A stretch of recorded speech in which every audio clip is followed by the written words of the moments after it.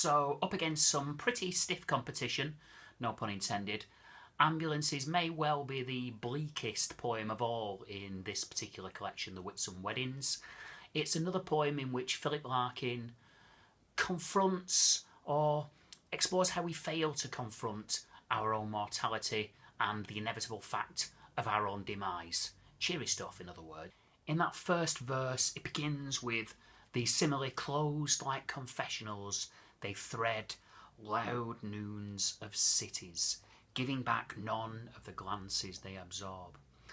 Within that simile, we can see that the ambulance carves out a kind of sacred, spiritual place that death occupies against the banality of everyday life. That verb, glances, perhaps shows the way we recoil in fear from the news that these ambulances bear us, this reminder of our mortality. We look and quickly look away again. Larkin tells us they come to rest at any curb, and that all streets in time are visited. A very ominous declarative to end the first stanza. The second stanza underlines that sense of banality, the ordinariness that it's at the heart of so many of Larkin's poems. Children strewn on steps or road, women coming from the shops, past smells of different dinners, see a wild white face that overtops red stretcher blankets.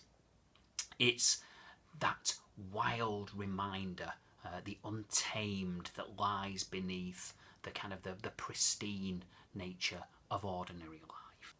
It is carried in and stowed, another verb at the end of the second stanza that kind of shows us how once human bodies once people die, they become mere physical objects to be stowed like parcels of meat.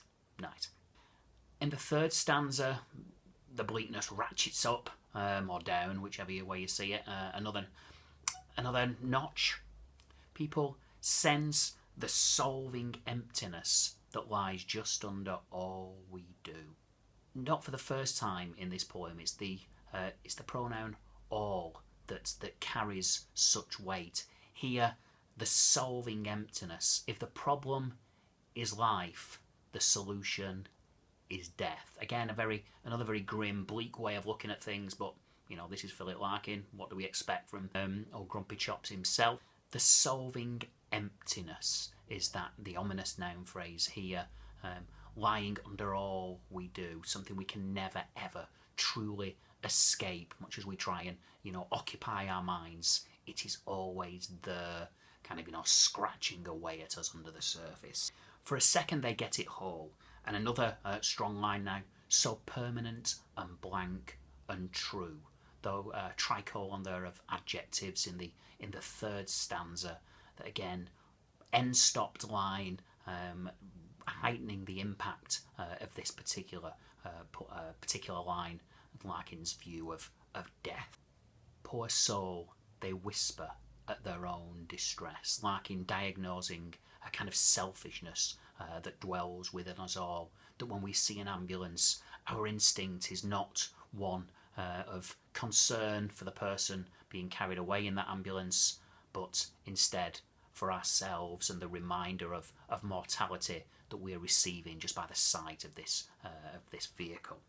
What's taken away, of course, is a life, a human life, something nearly at an end, and what cohered in it across the years, the unique random blend of families and fashions. You could, if you wanted, see a kind of positivity in that unique random blend of families and fashions, with its almost jaunty alliteration on the families and fashions. There's a sense here of something optimistic, but of course that optimism only be allowed to shine through temporarily because it's being snuffed out by death.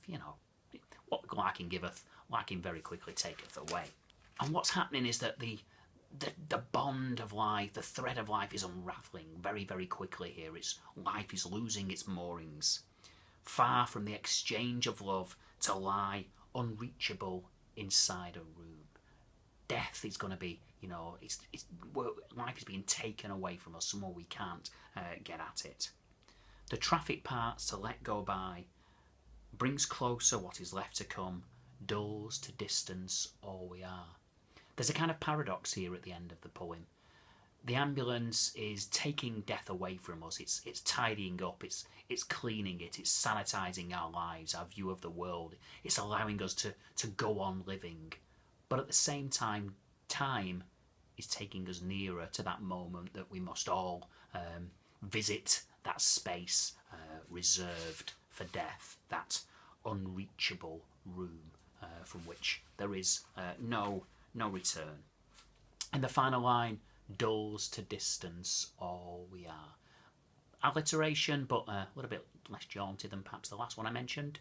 And it's all again. And the we, first person plural, Larkin, as ever, totally inclusive. This is not just how he sees the world, this is the world for one and all.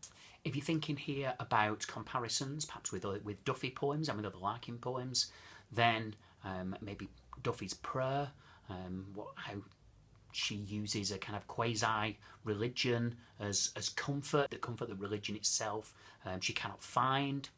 Contextually, well, maybe you can think about the way which society tries to package death away from life, to keep the two things separate, to keep us focused on the living.